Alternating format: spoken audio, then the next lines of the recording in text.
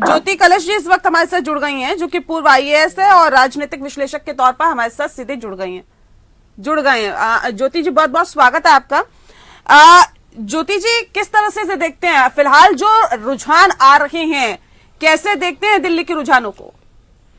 रुझान से तो जाहिर बात है कि ये बीजेपी के पक्ष में जा रहा है और बीजेपी के ये लोग में बहुत ज्यादा कॉन्फिडेंस था, चाहते थे कि सरकार में बदलाव आए। रीजन उसका एक ये भी था कि इतने करप्शन केसेस थे, लोग बहुत परेशान चल रहे थे, चाह रहे थे कि ये सरकार बदले और बदलने के बाद एक ऐसी सरकार आए जो केंद्र में सरकार है, वही सरकार जहाँ पर भी आए, जिसकी वजह से आपस में सामंजस्य हो और अच्छे ढंग से सरकार चलाई जाए। तो अगर बीजेपी की सरकार आती है जो लग रहा है तो बहुत ही अच्छा होगा दिल्ली वासियों के लिए, दिल्ली के लिए।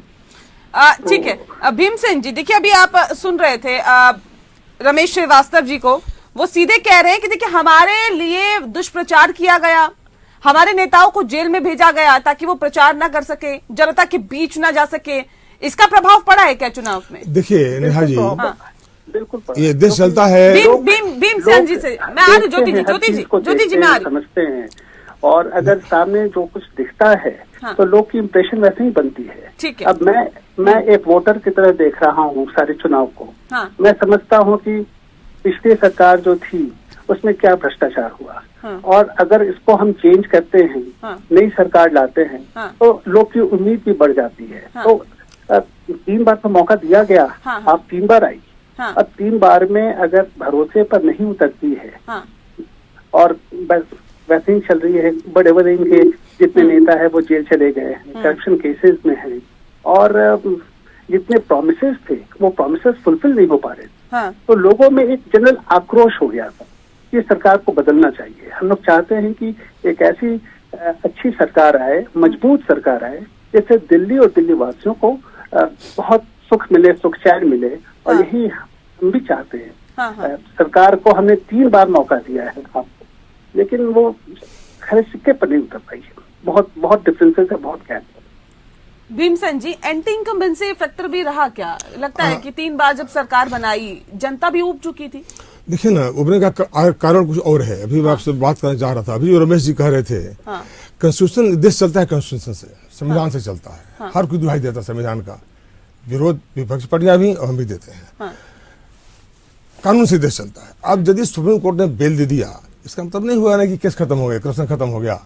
बेल मिलना इस बात का द्योतक नहीं है कि आपने करप्शन नहीं किया है, निर्दोष हुआ आप, ये तो सबूत नहीं है। सबूत नहीं है ना। बेल वो तो कॉन्स्टिट्यूशनल प्रोसेस है जिसके तहत आपको बेल मिलता है, सबों को मिलता है। तो यहाँ तो आप दुहाई देते हो सुप्रीम कोर्ट का, जुडिशरी का, और फिर का तो बंद करा दिया। अरे बंद किसने कराया? भाजपा ने कराया क्या? बंद देश के कानून के तहत आपने करप्शन किया, पुलिस केस हुआ, आप बंद हुए, फिर आपको बेल मिला। ये कानूनी प्रक्रिया है और अच्छी प्रक्रिया है। आपको बेल, लेकिन ये नहीं कहना कि इसे आप 8 पाक साफ हो गए नंबर 1, तो इसकी दुहाई ना दें। मेरा रिक्वेस्ट होगा राजेश जी से। दूसरी बात, आपने कहा कि 2015 में चुनाव हम भारी भर जीत करके आए। अरे भाई आप भूल जाते हो वो कौन लोग थे? 13 के छोड़ दो, 13 में तो 8 सीट तूने सपोर्ट लेकर के कांग्रेस का तूने सरकार बना दिया, फिर रिजाइन करना पड़ गया। इलेक्शन 2 हुए मुख्यतः, 15 का और 20 का। 15 के चुनाव में जो वोट किसने दिया, मैक्सिमम जो पावर में इतने मेजोरिटी में आए, ये पूर्वांचली लोग थे, ये झुग्गी झोपड़ी वाले लोग थे, ये गरीब लोग थे, लोअर मिडिल क्लास था। ये सबों ने आपको विश्वास करके कि आप सबको दिल्ली में इज्जत दोगे, सामान दोगे, मकान दोगे, पानी दोगे, बिजली दोगे, जुमरा साफ करोगे, लोगों ने विश्वास किया। चूंकि 1 मिनट में मैं लूंगा, चूंकि जो पूर्वांचल के लोग हैं मैक्सिमम ईस्टर्न यूपी बिहार से आते हैं, ये लोग सब कुछ कर लेंगे, करप्शन पर ये विश्वास नहीं करेंगे। यही इनकी भूमिका शुरू से रही है। मौका देते हैं, मौका उनको लेकर बहुत ज्यादा राजनीति भी हुई इस बार, खूब हुई। नेहा जी, मैं वो इंसान हूँ दिल्ली में जिसने पूर्वांचल पार्टी बनाई थी 1993 में। साहब से वर्मा जी मुख्यमंत्री थे दिल्ली के, और मैं सरस्वती कॉलेज इवनिंग का मैं प्रिंसिपल था। और 93 में मैंने पार्टी बनाई, पूर्वांचल पार्टी दिल्ली में। इसका पंजीकरण कराया चुनाव आयोग से। हमने 30 लोग खड़े किए थे एमएलए के लिए, एक सिंबॉलिक था, ताकि दिल्ली में पूर्वांचलियों का जो हालत था ना, इन लोगों ने ऐसा कर रखा था। तो सारी चीजें अभी समय, इसकी बात अभी समय की बात इसकी नहीं है। लेकिन ये जरूर तय है, रमेश मान लें कि 15 में जो मेजोरिटी मिली बिकॉज ऑफ पूर्वांचली, चाहे उनको झुग्गी वाले कह लें, गरीब जो भी कह लें, प्रवासी कह लें, उनके चलते मिली। और 2020 में एक बार फिर आपको दिया गया। हमने विश्वास किया हम लोगों ने, अब नहीं चलेगा, अभी जो भी नैरेटिव बना रहे हो सब सारे जेल जा रहे हैं। अब जैसे मतलब हम क्या नाम देने भी मुझे कष्ट होता है। अब ये सरकार इतनी करप्ट थी, ये अब तो दिल्ली एक मिनी इंडिया है। अब मान ली चीज को, दिल्ली मिनी इंडिया है, बड़ा मैसेज जाता है जनता और ये जा रहा है, पूरे प्रभाव भी पड़ता है कि देश में जा रहा है मैसेज। जिसको हटाने के लिए आप, करप्शन को हटाने के लिए आप सत्ता अन्ना हजारे को आपने, अन्ना हजारे के थ्रू आप आए, और आपने करप्शन का आपने कहा था हम साइकिल पे चलेंगे, आपने कहा था हम तू तो महल बना लिए, तुम फैक्ट है ना, महल बनाए ना, चाहे शीशा का हो, चाहे सीमेंट का हो, चाहे लकड़ी का हो, महल बनाना क्यों बना, क्या जरूरत है बनाने की। ठीक है रमेश जी, ये कहीं ना कहीं प्रभाव पड़ता है। और देखिए जनता में मैसेज गया गलत कि आप करप्शन को हटाने के लिए आए थे, लेकिन करप्शन के आरोप में ही आप लोग डूबे हुए हैं। कई आरोप आप लोगों पे लगे, बड़े बड़े नेता जेल गए, ये नेगेटिव गया आम आदमी पार्टी के। मैं वही तो निवेदन कर रहा हूँ आपसे कि हमारे विरुद्ध जो दुष्प्रचार किया गया, उसने जनता को इस बात के लिए भ्रमित किया कि हाँ ये आम आदमी पार्टी वाले भ्रष्टाचार में लिप्त हैं। लेकिन केंद्र सरकार के पास सारी एजेंसियां हैं। हमारे से तो सर्विसेज भी छीन ली इन्होंने, कानून में संशोधन करके सर्विसेज छीनी, सारी ब्यूरोक्रेसी, यहाँ तक कि उपराज्यपाल महोदय भी खुल करके सामने आए। उसके बावजूद भी आज तक एक आरोप भी साबित हुआ क्या? अरे इतना ही भरोसा है अपने आरोप साबित नहीं हुआ तो निर्दोष भी तो साबित नहीं हुए ना। मैडम यही मैं कहना चाहता हूँ कि आरोप साबित करने के लिए सारी जांच एजेंसियां तो उनके पास है, आज तक एक सबूत भी तो दिखाएं। नहीं तो कोर्ट में भी तो मसला चल रहा है ना सर, सारे कोर्ट में चल रहा है। मैं कहाँ कह रहा हूँ कि कोर्ट में मामला नहीं चल रहा है। जो कोर्ट में मामला चल रहा है वही तो दुर्भावना से चल रहा है। जरा मैं बताऊं आपको, मैं एक वकील होने के नाते भी ये कह सकता हूँ मैडम, हमारे आपके विरुद्ध एक छोटी सी FIR भी हमें आपको जेल भेजने के लिए काफी होती है, फिर हम जाकर के कोर्ट में अपनी निर्दोषता साबित करते रहेंगे। यही हाल हमारी पार्टी के साथ हुआ है। हम पर जो आरोप लगे, सारे घोड़े खोल लेने के बावजूद भी सुप्रीम कोर्ट ने अंत में कह ही दिया कि आपके पास सबूत नहीं है साहब, और हम इनको बेल दे रहे हैं, अब आप जाओ निचली अदालत में मुकदमा लड़ो। और मैडम मैं बता दूं, चार्जशीट पेश करने के बाद अभी तक एक भी सुनवाई करा नहीं पाई है सारी जांच एजेंसियां। तो ये जितने आरोप दुर्भावना से लगे, 24 घंटे में 20 घंटे अगर हर तरह के मीडिया से ये प्रचार किया जाएगा तो जनता में थोड़ा बहुत फर्क पड़ सकता है। और ये प्रचार तो सर आप लोगों ने भी तो किया। वो अगर शीश महल की बात कर रहे थे तो आप भी तो राजमहल की बात कर रहे थे, वो शराब की बात कर रहे थे, आप भी तमाम तरह के आरोप लगा रहे थे भारतीय जनता पार्टी पर, सूट बूट की सरकार बता रहे थे। तो कहाँ कमी छोड़ दी सर प्रचार में? अरविंद केजरीवाल ने रैली नहीं की, आतिशी ने रैली नहीं की, मनीष सिसोदिया ने रैली नहीं की, और उनके साथ कितने लोग, आप ये भी तो देखें कि हमारा मुकाबला करने के लिए वहाँ कौन कौन थे। मैंने कमजोर हो गई थी आम आदमी पार्टी, भारतीय जनता पार्टी, गोदी मीडिया का। ये कैसा तर्क है सर? ये तर्क नहीं चलेगा। ये कैसा तर्क है सर? तर्क नहीं चलेगा। हेलो, ये रमेश जी कैसा तर्क है कि उनके पास ज्यादा लोग थे, हमारे पास कितने लोग थे? मैं बता रहा हूँ, जो संसाधन की बात है, उस संसाधनों में तो केंद्र सरकार हमेशा ही हमसे भारी पड़ेगी। उन्हीं संसाधनों में इससे पहले के चुनाव लड़े हैं ना सर आपने?